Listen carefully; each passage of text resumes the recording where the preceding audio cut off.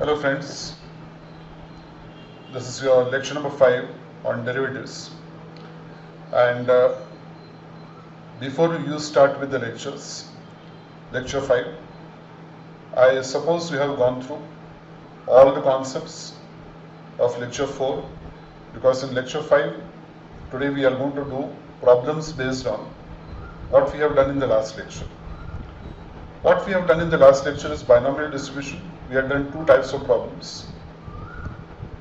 One where you were given two values, possible values on the expiration date, and we were supposed to find out the value of the option, that is the price, the option premium that would be payable on the call option as well as the put option.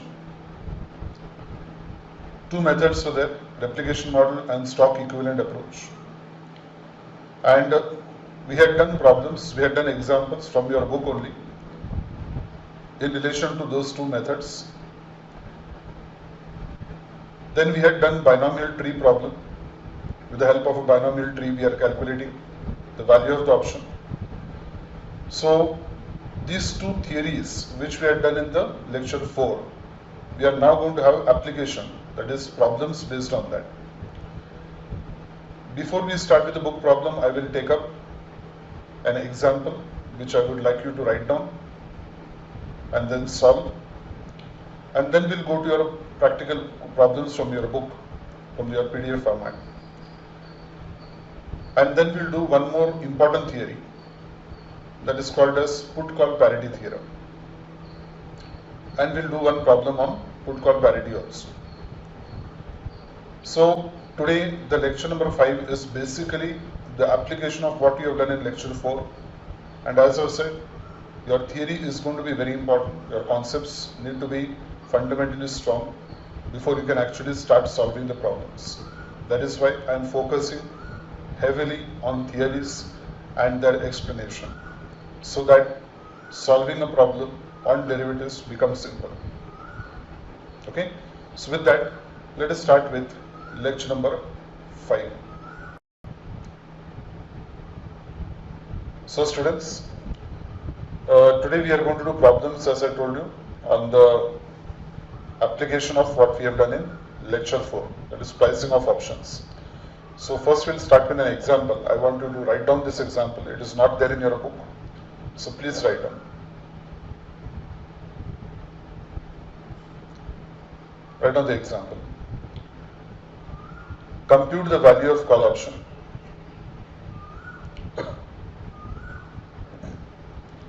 Compute the value of call option using stock equivalent model. Stock equivalent model. Particulars are given to you. Upper price, case 1, case 2. Two cases are given. Write down the details fast. Case 1, case 2. Upper price 55 and 60. Lower price 40 and 47. Write down properly the data. Time, in case 1 it is 1 month, case 2 it is 6 months. CMP means current market price. Current market price 70 and 55. 70 and 55. Exercise price, that is also called as strike price, 53 and 48. 53 and 48. Risk-free rate 15% per annum and 12% per annum. I told you that the per annum need not be given. Even if I just give you 15% and 12%, then also it is implied that it is per annum basis. So first let us see whether it is in the option, out of the option. Normally, if I tell you stock equivalent model, the stock equivalent model can be used only when it is out of the option. Okay, so let us write down case 1. Step number 1 is what? Let us recall. What is step number 1? Step number 1, if it is out of the, first we'll check whether it is in the money or out of the money. Normally when I specify stock equivalent approach, it is out of the money. Okay. So, because otherwise it would be replication model. Replication model in the money or out of the money. It is applicable for both. Now, since it is stock equivalent approach, it has to be out of the money because stock equivalent approach cannot be used for in the money situation. Okay. So, let us see case number 1. The first example is lower price is 40, upper price is 55. So, it has to be out of the option. So, 1 has to give us 0. If stock finishes at 55, stock exercise price is 53 in case 1. Case 1, exercise price is 53. So, if the market price is higher than the strike price, yes, it is 55, then I will exercise the option. I will buy at 53, sell at 55, make a profit of 2 rupees. If a stock finishes at 40 rupees, then I will let the option lapse. I will let the option lapse. Okay, so it is 0. Since I am letting the option lapse. Acha. Now, step number 2 under stock equivalent approach is that I find out number of shares to be bought. How to find out number of shares to be bought? Number of shares to be bought formula is spread in option values divided by spread in share price. Spread in option values, that is 2 minus 0. 2 minus 0 divided by upon spread in share price. What is the spread in share price? 55 minus 40. This figure minus this figure. So 2 minus 0 in the numerator, spread in option values divided by spread in share price. Okay. So number of shares to be bought. First I write down the formula. Number of shares to be bought. Spread in option values upon spread in share price, that is 2 minus 0 upon 55 minus 40. That comes to approximately 0.133 shares.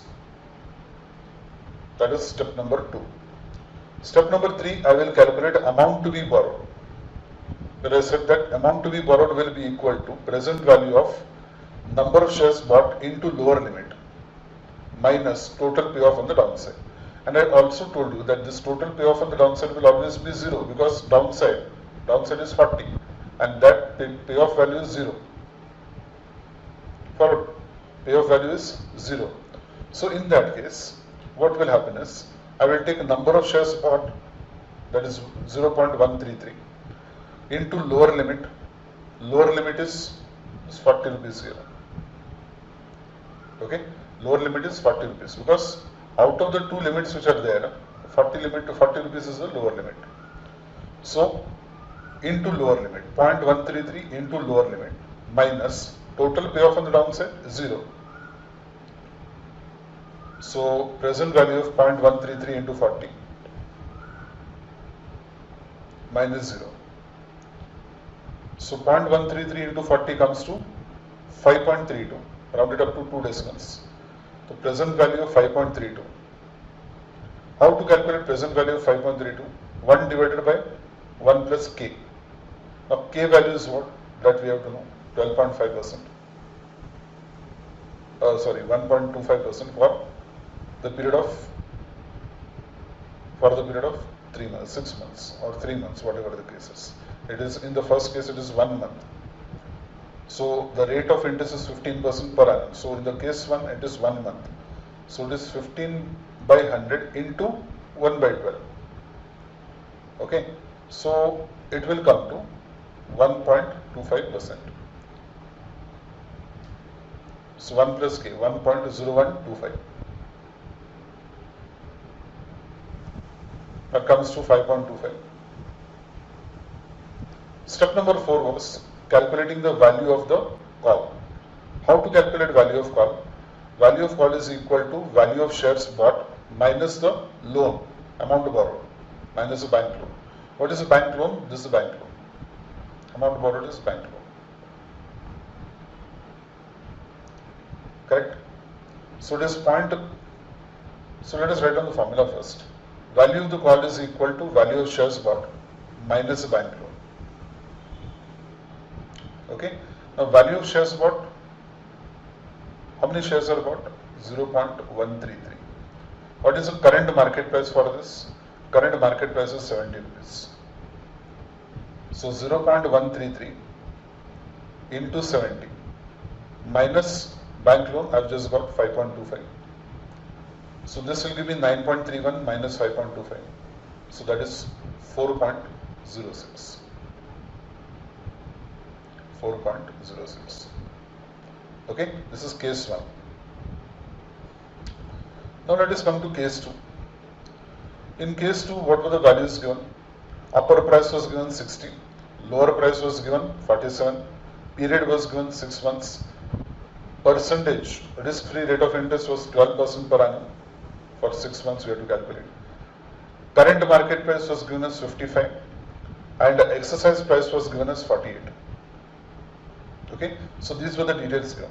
Now let us write down the first step. Your stock finishes at 60 rupees, upper price. Then I will exercise the option 60 minus 48, 12 rupees is the value. Second is 47. Stock finishes at 47. Then I will not exercise the option, I will let the option lapse. In which case, value of the option is 0. Okay. Step number 2. Number of shares to be bought. Formula I have told you. Spread in option values upon spread in share price. Spread in option value 12 minus 0. Spread in share price 60 minus 47. Okay. So that comes to approximately 0.923 shares. 0.923 shares.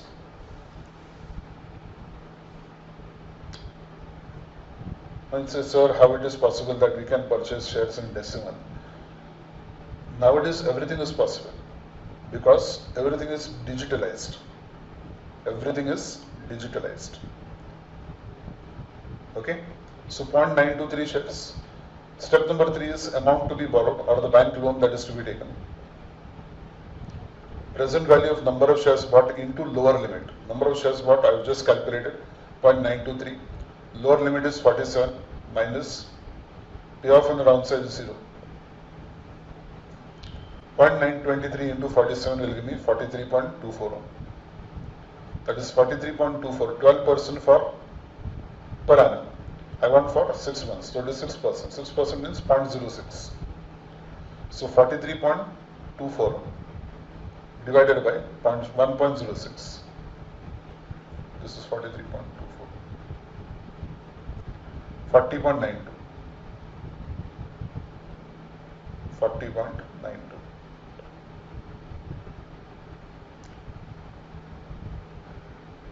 So value of the shares about 0.923 into 55. That is the current market price minus 40.92. So the value comes to 9.85.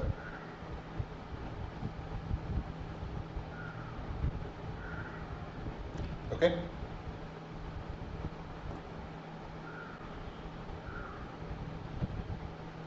Clear? So now we are ready to go for a textbook problem.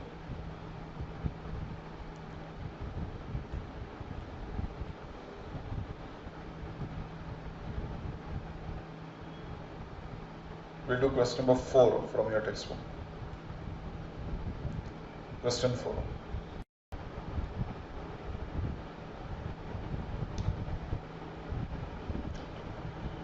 So page 163.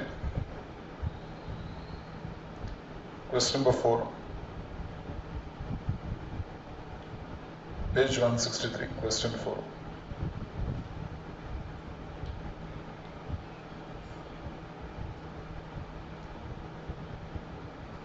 Okay. Now, what we have got there? An equity share is currently selling for 80 rupees. So this 80 rupees is the current market price or S0. In a year's time, it can rise by 30% or fall by 15%. So 80 plus 30% is 104. 104. And 80 minus 15% is equal to 68.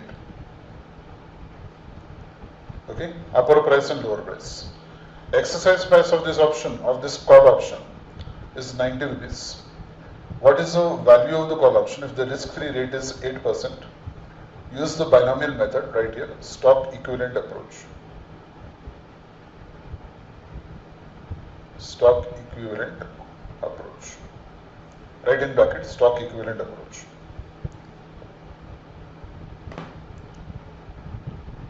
Okay, so now same way that we have solved the example, we will solve this also. We will find out the value of the options, the number of shares to be bought, then amount to be borrowed, and then value of the call option. Fine. So starting with the first step. First step is to find out the two values with the upper value, option values with the upper value and lower value. If the stock finishes at 104, 80 plus 30%, then the option value is 104 minus 90, that is 14. If the stock finishes at 68 rupees, that is 80 minus 15%, value is 68 minus 90. We are not going to exercise the option, so we are let the option lapse. Number of shares to be bought, spread in option values, option value 14 minus 0, spread in share price 104 minus 68. So we come to 0.389 shares.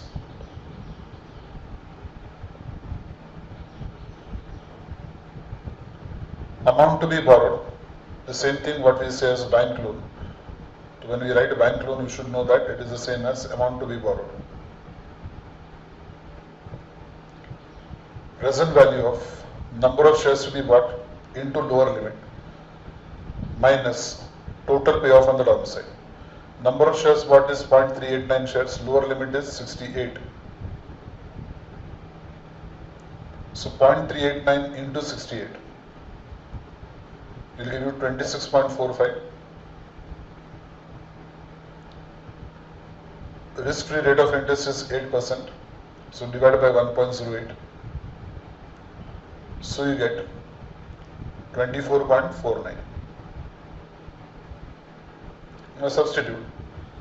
Value of call is equal to value of the shares bought, that is 0.389 shares into current market price. Current market price is given to us 80 rupees minus a bank loan of 24.49.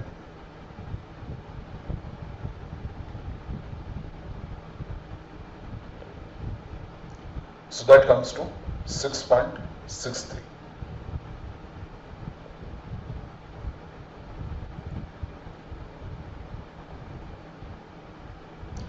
Now what we'll do is, we'll take one example on binomial distribution. Example. That means you have to write down the example. And then we'll do one question from your book. Okay.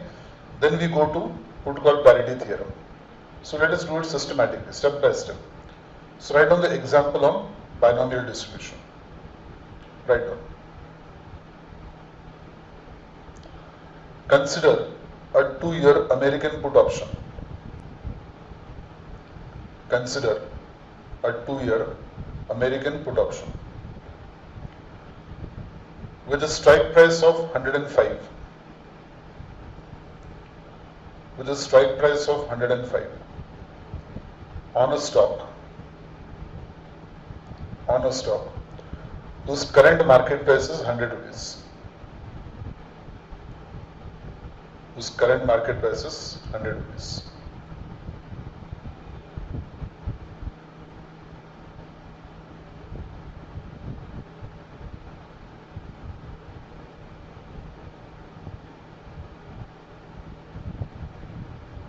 Okay, assuming that there is a 2-year period. Assuming that there is a 2-year period. And in each of the years,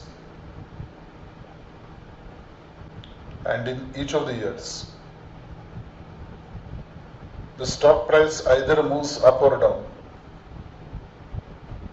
your stock price either moves up or down by 15%, calculate the value of the put option. Calculate the value of the put option. If the risk-free interest rate is 6%, if the risk-free interest rate is 6%. Okay. Now, what are the things that we have to keep in mind here? First of all, it's an American option, which means that it can be exercised at any point of time, on or before the expiry date. Second, it is a put option. That means the right to sell or not to sell.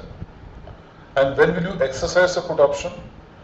A put option will be exercised only when the market price is less than the strike price. What is the strike price? 105. Okay. Stock price may either increase by or decrease by 15%, up or down by 15%. What is the current market price? 100 rupees. Interest rate of return, risk-free rate of return, 6%. Okay. Now, with the help of this, I will be first calculating. My first step is what? Calculate UDR. Second step, with the help of UDR, I will calculate what? Probability of increase. And from that, probability of decrease also. U is equal to 1 plus 15%. U is equal to 1 plus 15%. So that comes to 1.15. D is equal to 1 minus 15%. That is 0.85. And R is equal to 1 plus 6%. That is 1.06. So now, to calculate probability of increase, R minus D upon U minus D. R minus D upon U minus D.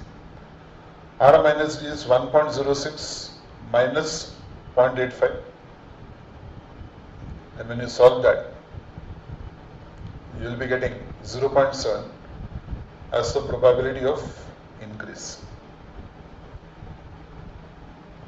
If 0.7 is the probability of increase, then probability of decrease will be 0.3. Correct, no? Probability of decrease will be 0.3.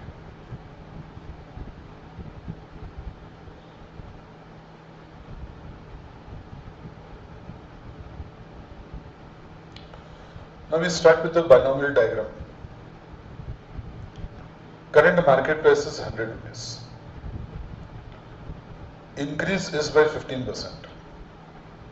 So 100 plus 15% will give me 115. And 100 minus 15% will give me 85. What is the probability of increase? We will name this also. We will call this as A. Call this as B. We will call this as C.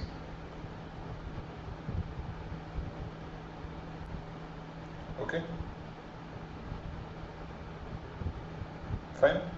Now, what is the probability of increase? 0.7. So I can write that here. What is the probability of decrease? 0.3. That is 0.3. Now this is in the first year. Okay. This is in the first year. Now in the second year, again, possibility is that it will increase by 115 plus 15%. 115 plus 15%. So that gives me 132.25. 115 minus 15%. So that will give me 97.75. 85 plus 15% will give me 97.75. So I don't do one more, circle is not to be drawn. 85 minus 15%, that will give me 72.25. Okay, So again I write here percentage of increase, probability of increase 0.7, probability of increase 0.7, probability of decrease 0.3, probability of decrease 0.3. Okay, now it is a put option.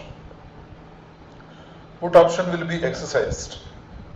Put option will be exercised only when the market price is less than the strike price. Okay. Now, if you want to know what is the strike price, what is the strike price? I have given to you. Strike price is 105. So when market price is more than this, I will let the option lapse. So here it is not going to be exercised. Here it will be exercised. Here it will be exercised. Okay. So when the market price is less than 105, it will be exercised. And when it is exercised, it will give me a profit of 7.25. I will buy at 97.75, sell at 105. Okay, so profit of 7.25. When it is 72.25, again I will buy at 72.25, sell at 105 and make a profit of 32.75. Okay, now I have to find out what is the value at B, C and A. So you are working, you can show value at B. How do we calculate value at B? 0.7 into 0. 0.7 into 0 plus 0.3 into 7.25. 0.3 into 7.25 divided by 1.06. Okay, so when I calculate that, let us see how much I get. It is 0.3 into 7.25 divided by 1.06. How much do I get? I will get 2.05. Correct? Is equal to 2.05. Achha, now since it's an American option given to me in the question, it's an American option. It can be exercised at the end of 1 year also. That means at point B also it can be exercised. So I see, is it possible to exercise at point B? And if so, if it can be exercised at point B, then what would be the value at that particular point? Because then it will not be 2.05. But since it's a put option, it will be exercised only when the market price is less than 105. But market price is 115 over here. So that means it is not going to be exercised. So it will be, if it is not going to be exercised here at the end of first year, it will be value 0 to 0 or 2.05, whichever is higher. So the value comes to 2.05. So when it is an American option, you have to check at every stage, can it be exercised? If answer is yes, then what is the value? Is that value more than this calculated value or less than the calculated value? If it is more than that, value will come. Okay? Now, let us check at value at C. Value at C. How to calculate? 0.7 into 7.25 plus 0.3 into 32.75, the whole divided by 1.06. Okay, so let us do the calculation. It is 0.7 into 7.25, 3 into 0.3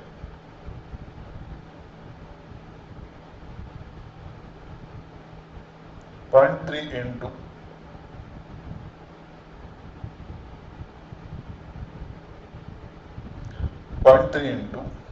32.75,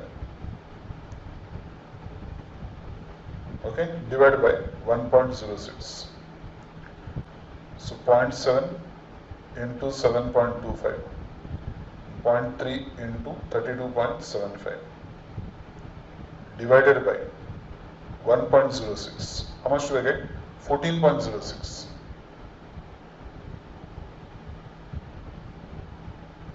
I get 14.06. But I will not write it there because I have to check now. At this point C, can I exercise the option at the end of first year? Answer is yes, because market price is 85 when strike price is 105. So if I exercise at this point, what will happen? I will buy at 85, sell at 105 and make a profit of 20. Make a profit of 20. So it is possible here. How much will that be? That will be 20. So it is 14.06 or 20, whichever is higher. Whichever is higher. So how do I get this 20? This 20 is 85 minus 105. 85 is the price at which I am going to buy. I am going to sell at 105. So the difference between these two values will give me 20, whichever is higher. So value at point C is 20. Value at point C is 20.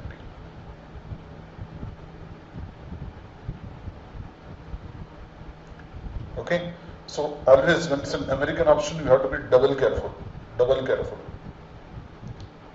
Now to calculate value at A. To calculate value at A. How to calculate? 0.7 into 2.05. 0.7 into 2.05 plus 0.3 into 20. 0.3 into 20 divided by 1.06. So 0.7 into 2.05 and 0.3 into 20 divided by 1.06. That comes to,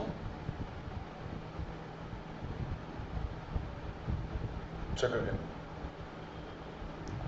0.7 into 2.05 and 0.3 into 20 divided by 1.06. How much do we get? 7.014. 7.014. Okay.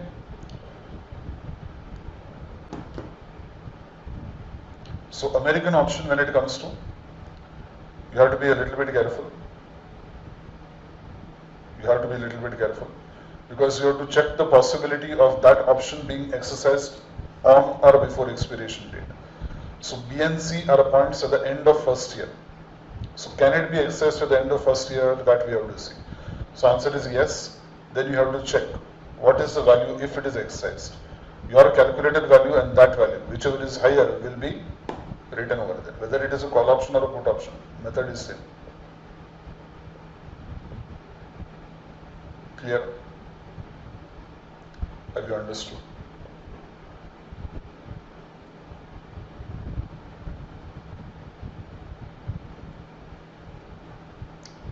Okay, so now let us go to your textbook question where we have binomial distribution. Okay,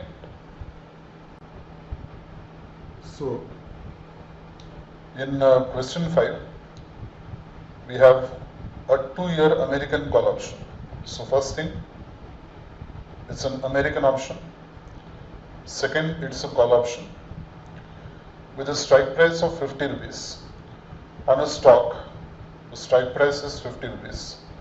On a stock, the current price of which, CMP, is also 50 rupees. Assume that there are 2 time periods of 1 year, and in each year, the stock price can move up or down by equal percentage. Make a small correction there. Equal percentage of 10% you make.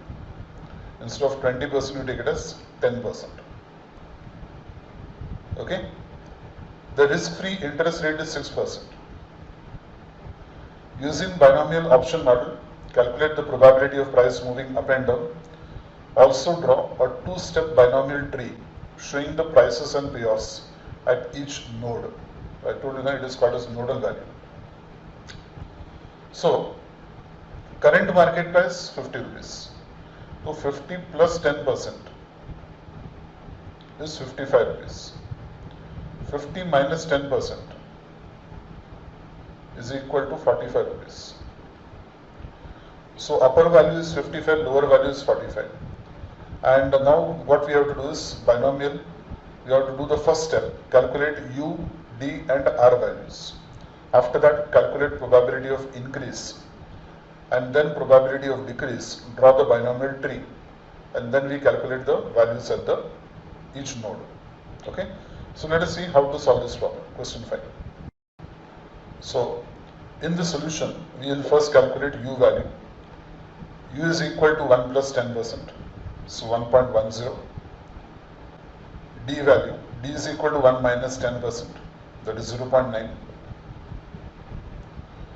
R value. R is equal to 1 plus the risk-free rate of interest, that is 6%.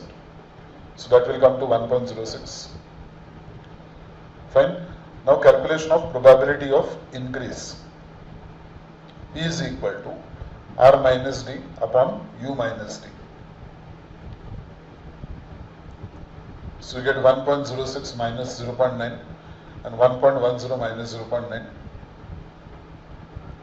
So that is 0.16 by 0.20. So probability of increase will be 0.8 or 80%.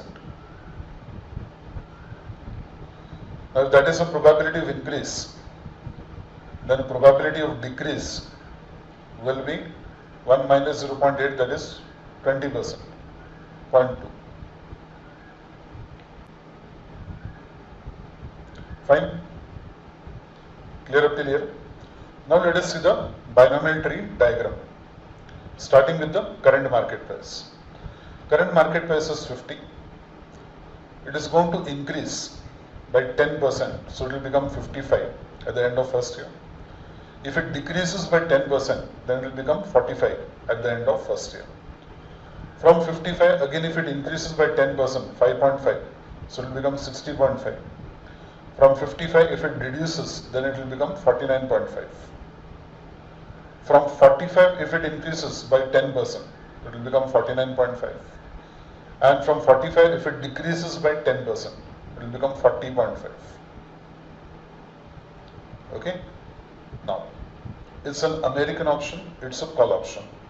We'll name these two nodes as A, B, C, D, E, and F. Okay? Now, call option will be accessed when the market price is more. Market price is more than the strike price. Strike price is 50 rupees. That means here it is not going to be executed. Here it is not going to be executed. So when it is 60.5, I will exercise the call option to buy at 50, sell at 60.5. So there will be a profit of 10.5. In E and F options, I will let the option lapse. So it will be 0 in both the cases. Now, probability of increase, we have said 0.8, 0.8, 0.8. Probability of decrease 0.2, 0.2 and 0.2. Okay. Now value at B, if I have to calculate, value at B. How do I calculate value at B? 0.8 into 10.5. You have to write this on. You have to write this. 0.8 into 10.5 plus 0.2 into 0. 0.2 into 0 divided by 1.6. 1.06. So value of B, if you calculate, round it up to 2 decimals, it is 7.92. Now, before you write, It's an American call option.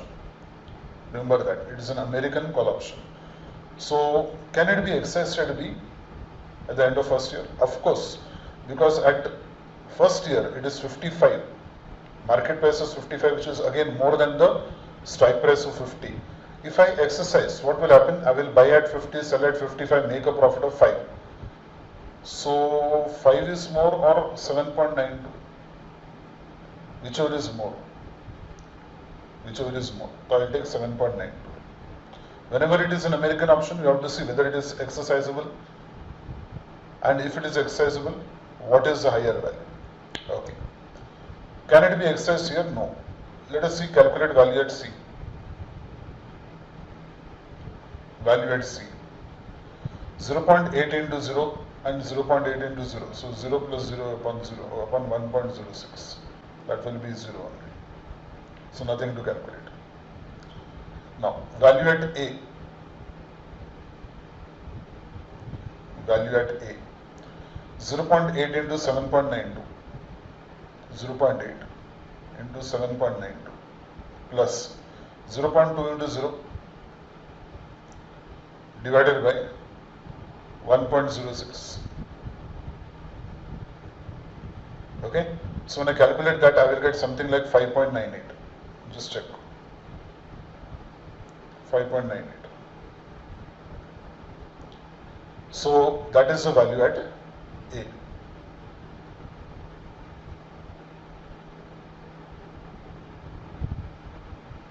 Okay, so with this we have taken an example. We have taken an example with binomial theorem. We have taken a question on binomial theorem from your book, right? Question number 6. Question number 6 will now deal with something called as put-call parity theorem. That means first I have to teach you what is a put-call parity theorem. Why do we require to know this theorem? What is the application of this? We have just completed question 4 and 5 today. In question 4 and 5, we have done the application of what we had done in the last lecture, in lecture 4. That is valuation of options, options calculation value, and binomial theorem. All this we have covered. Theory part was covered in lecture 4. Today we have done the application of this. Okay. Now the next thing that we are going to do, as I told you, what is it? Put-call parity theorem. Very important. Market is very important. Very, very, very important.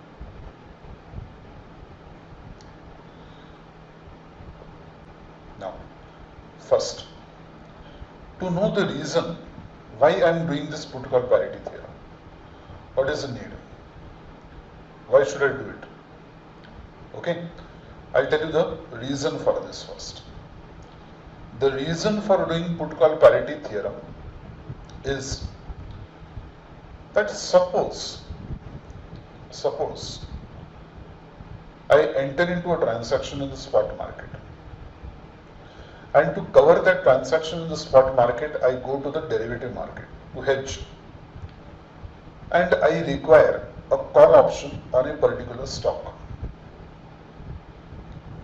But I find that in the derivative market, I don't have the call option. Now this is not there in your book. That is why I am teaching you, and you will have to write down. So focus, total focus. What did I say? I have entered into a transaction in the spot market, and to cover that transaction, to hedge that transaction, I am going to the derivative market and I am searching for a call option. Let us say of a particular share like Reliance. Reliance call option. I have short sold in the stock market, and to cover up that now I have to buy. So I enter into a call option, but I don't have a call option of Reliance in the derivative market. It is not available on me. There is no such thing as call option on Reliance. There is only a put option. You say, is that possible? Yes, it is possible.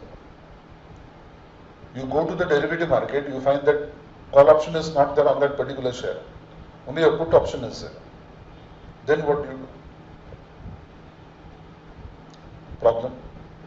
Correct? Likewise, I enter into some transaction in the spot market and I go to the derivative market to cover that transaction, and for covering the transaction I require to have a put option on that particular stock. But let us say Bajaj Auto. I don't have a put option on Bajaj Auto, but I have a call option on Bajaj Auto in that particular derivative market. So what? Problem? Yes. When we have a requirement of a call option, but call option is not there and a put option is there on the same stock, or vice versa. A requirement is a put option and the put option is not there, but instead a call option on the same stock is there. Then what? Then I make use of put call parity theorem. Now, if I am going to deal with the transaction with the alternative option, that means where I require a call option, I am going to deal with it with the put option, or where I require a put option, I am going to manage with the call option. Now the question comes, what should be the price and what should be the strategy involved? Again, we are talking about strategy. So what should be the strategy involved such that the cash flows from that strategy would be the same? That means, had I taken a call option with the strategy, whatever is the cash flow that I was supposed to receive, for example, I was supposed to receive 500 rupees from that particular transaction. The cash flow was 500 rupees with a call option. Now to get the same 500 rupees with the put option, what should I do? What should be my strategy? Okay, once I develop that strategy and I tell it to you, you will say, sir, if the cash flow from with the help of call option is the same as the cash flow from the put option, that means my purpose is served now. Answer is yes. But what should be the pricing? The pricing should be equal in that case. The pricing of strategy 1 should be equal to the pricing of strategy 2. Because whatever cash flow I am getting from strategy 1, the same cash flow I will be getting from strategy 2. Whatever benefit I am getting from strategy 1, I am getting the same thing with strategy 2. So the two strategies are giving me the same cash flows. Then they should be priced at the same rate. Parity, the same rate. That is what is called as a put call parity. So we are doing with the put call parity theorem. So what does the theorem say? Let us see. Don't write, just pay attention. A portfolio comprising of a call option. This is a strategy. A put call parity is a strategy. So we have a portfolio, a combination, a strategy 1, with a call option and a risk-free asset whose value is equivalent to the present value of the option strike price, has the same expiration value as a portfolio comprising of the corresponding put option. Corresponding put option means the same share. If you are seeking, if you are requiring a Reliance call option, you have a Reliance put option. If you require a Reliance call option, you should not manage with Bajaj Auto put option. Followed? So it is like that. So if it is with one particular call option, then what should I do? I should have a corresponding is similar name. It is same share, opposite option, put option. Okay. So what I'm saying that in one strategy and one portfolio, I will be having one call option and a risk-free asset. Call option and a risk-free asset. And in the other portfolio, I will be having what? Corresponding put option and the underlying asset. Shares of Reliance, for example. Underlying asset, shares of Reliance. So call option and a risk-free asset, some investment I will make, where the value is equivalent to What is the value of the investment? Present value of the strike price, option strike price. So whatever strike price get decided for the call option, present value of that.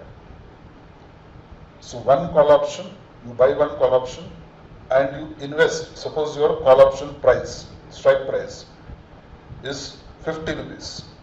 Present value of 50 rupees. Whatever is that value, that much amount of investment you will make in first portfolio. Second portfolio will have a put option, buy a put option, and you will buy the Reliance share. Reliance share is available in the market, correct? So if those two cash flows, those two portfolios give me the same cash flow, that means I can, instead of call option, I can work with the put option also, or instead of a put option, I can work with a call option also. Okay, so first you write down this. First you write down this put call parity theorem, give the heading, and you write down a portfolio comprising of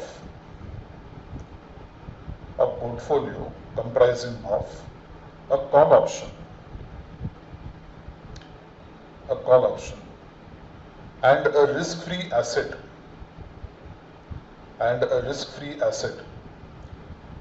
whose value is equivalent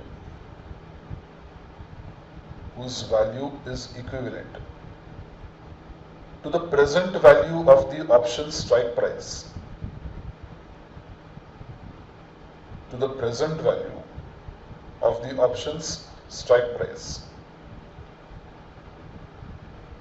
has the same expiration value,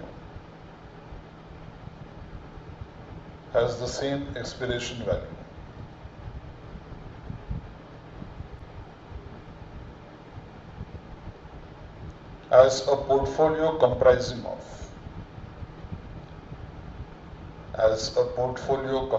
of the corresponding put option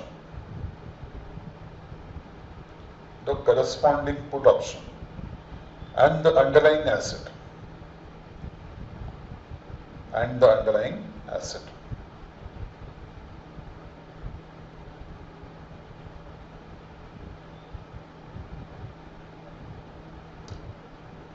Okay, fine, up till here it is clear. Okay. Now, what is the most important thing? What is the net result of all this? This is the two portfolios that we have created. This is the strategy. Two portfolios are created which is giving us the same cash flow. Now, conclusion. If that is going to give us the same cash flow, then what must happen? If the expiration, write down, if the expiration of the two portfolios are the same, then the cost must also be the same.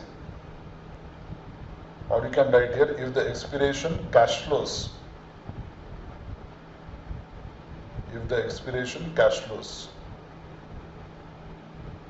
that means cash flows on the date of expiry of the two portfolios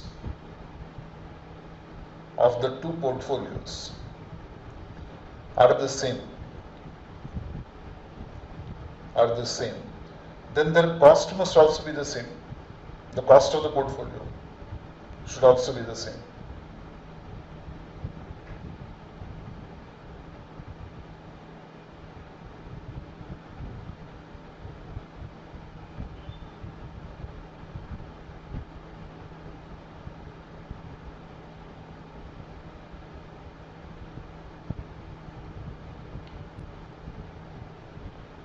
I'll see. This is the example. What is this? These are the two portfolios.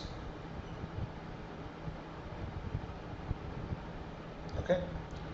These are the two portfolios. Portfolio 1, if you see there, you buy a call option, strike price of 100 rupees, and you invest. How much do you invest? Let us say at 10% risk-free rate of interest. Present value of 100 rupees. So it is 100 into 1 upon 1.1, discounted for 1 year. So that comes to 0.9091. Into 100, that comes to 90.91. So you are investing this much amount, and you are buying a call option at strike price of 100 rupees. Okay? Then in portfolio 2, you are buying a put option with a strike price of 100 and you are buying the share also at 100 rupees. Now if you go to see, this particular portfolio I have already taught you. This portfolio 2 I have already taught you. Can you remember? Can you recollect? This was one of your option strategies. This is one of your option strategies. Now, this is called as a protective put. To check your option strategies which I have done with you, it is called as protective put. Okay, so portfolio 2 is called as a protective put and portfolio 1 is called as a fiduciary call. Buying a call option and investing an amount equal to present value of the strike price is called as a fiduciary call. It is not a covered call. Covered call is when you write a call option. You are not writing a call option, you are buying a call option. So it is a fiduciary call. And buying a put option and buying a share is called as protective put. Okay. Now, since both these portfolios are going to give me the same cash flow on expiration, they should have the same values.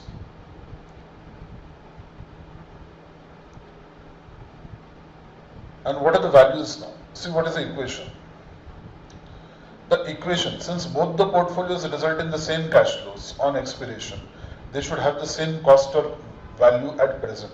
That is, buying a call option will have C, and in the first portfolio you had investment equal to present value. How do you write present value of strike price? Strike price is X. Strike price is X. Present value, how do you calculate? Multiplying by e raised to minus RT. Minus RT.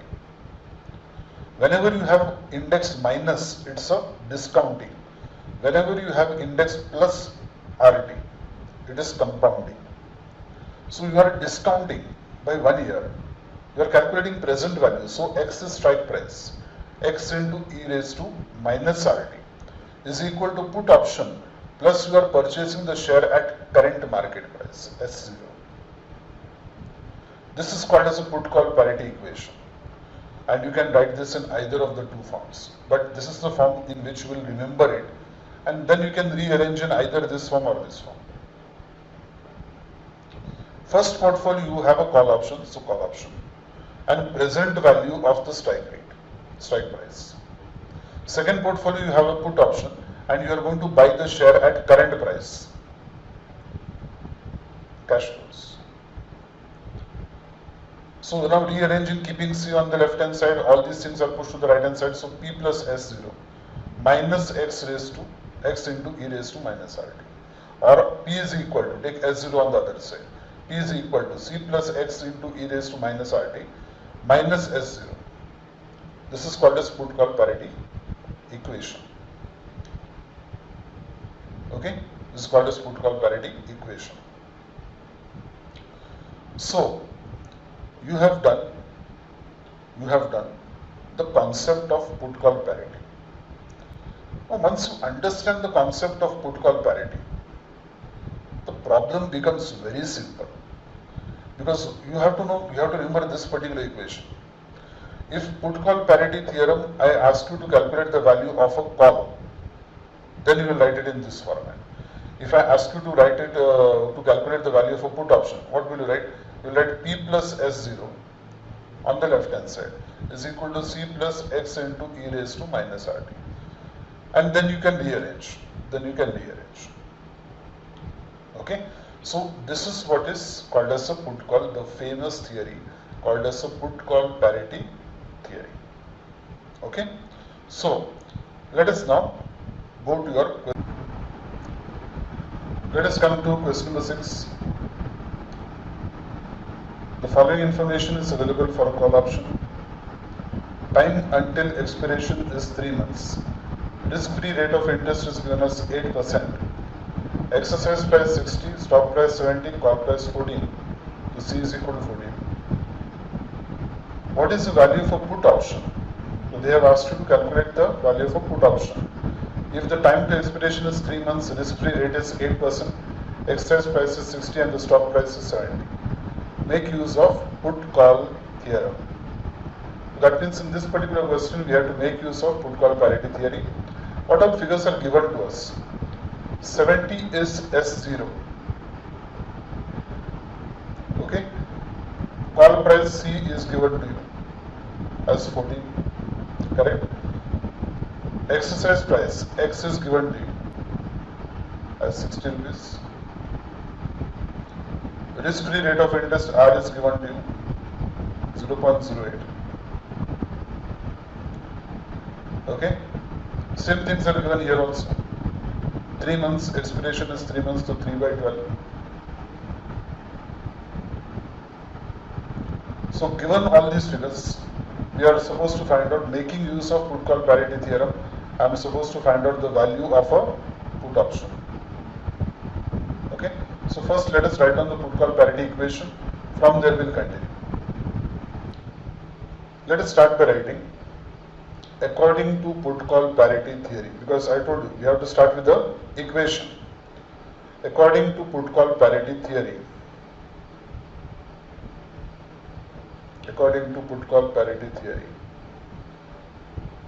since I require the put part first, I require to calculate the value of the put option. I have written the right hand side first. P plus S0 is equal to C plus X into e raised to minus RT. First write down all the values which are given to. S0 is given 70, C is given, call value is given as 14, X is equal to strike price 60, risk-free rate of return 8%, 0.08, time of expiration is 3 months, to 3 by 12, 0.25. Substitute now. P plus 70 is equal to call value 14 plus 60 into e raised to minus 0.08 into 0.25. So that gives you P is equal to 14 minus 70 plus 60 into e raised to minus 0.02. E raised to minus 0.02. Go to your e value table, index column, go to the negative index column. 0.02 negative index column. You will get the value of that is 0.9802. Minus 70 plus 14 will give you minus 56. So minus 56 plus 58.81. When you take the calculation, it comes to rupees 2.81. So at the end you can write, therefore, value of put option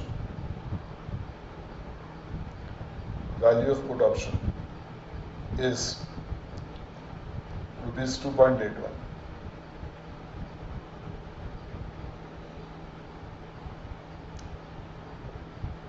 Clear? Now,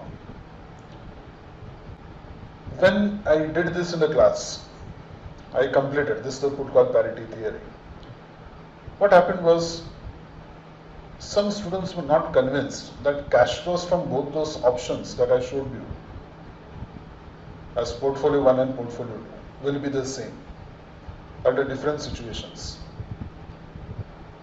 So let us come back to that example which I had taken, where I said that portfolio 1 is a fiduciary call, portfolio 2 is a protective put.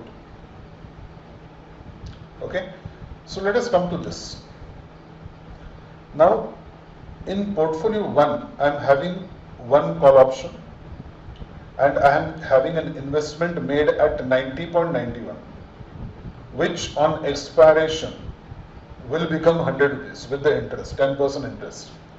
So I am having investment of 90 rupees 91 paise, which when added to 10% interest will give me back my 100 rupees strike price.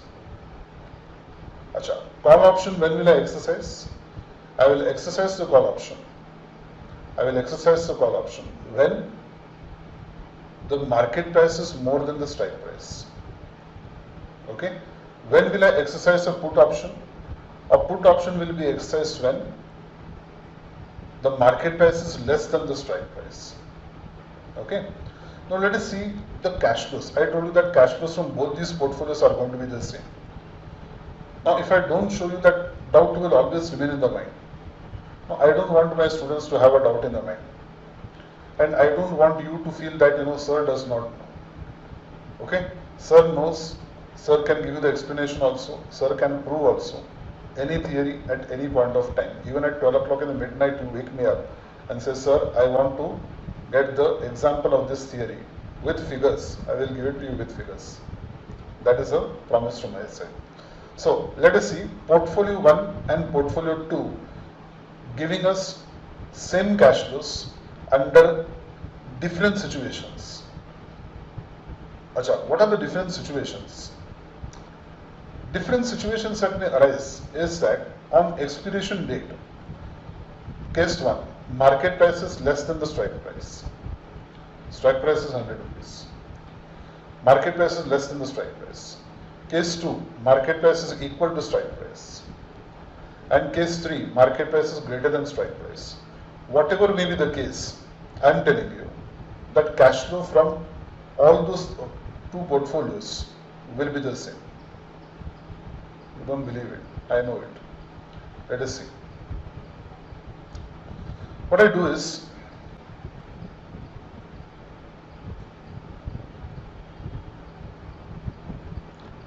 I divide this into 3 parts. This is portfolio 1. This is portfolio 2. In portfolio 1, I am having risk-free asset and a call option.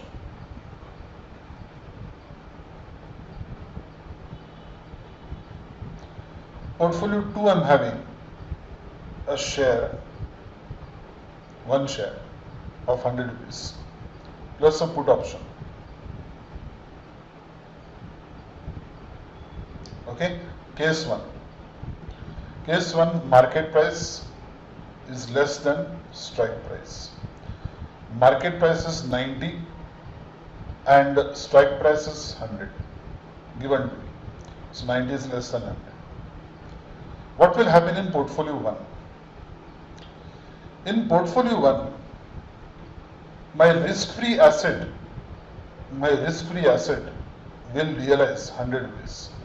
90.91 rupees invested plus 10% interest on that will give me 100 rupees. When market price is less than the strike price, will I exercise the call option? Answer is no. That means from the lapse of the call option, there will be zero cash flow. So what is my cash flow here? My net cash flow is 100 rupees. Okay.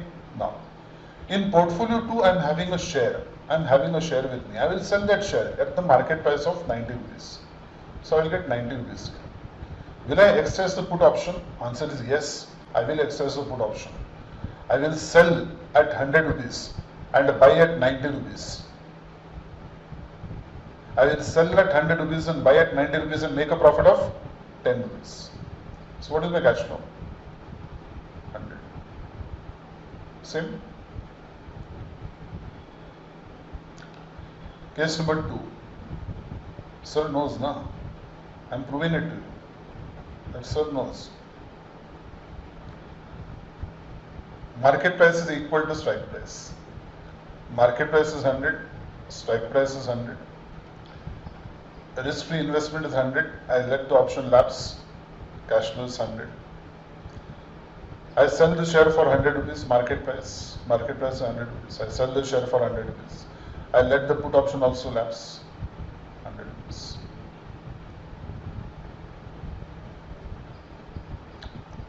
Case number 3.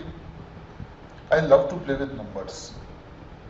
So that is why I don't have a problem when somebody says, sir, prove. with numbers. Market price is 110, strike price is 100. Risk-free investment will give me 100 rupees. I'll exercise the call option now because market price is greater than strike price. So I will buy at 100, sell at 110, make a profit of 10 rupees. So cash flow is 110. I will sell the share at a market price of 110. I'll let the put option lapse. And now what you will say, sir, you are a genius. I know that. So you should not be having a doubt in the mind when I say that cash flows from both the portfolios are going to be the same. And therefore, since the cash flows are going to be the same, I know that there is a smile on your face. But since the cash flows from both the portfolios are the same, in either of the three cases, we say that the cost of the two portfolios should also be the same. And that is the crux of the put call parity theorem. Okay? If anybody can teach you the put call parity theorem better than this, I will give up teaching SFM. I will give up teaching derivatives. That is why you are having the best. Okay? So, till the next lecture, stay home, stay safe. God bless you.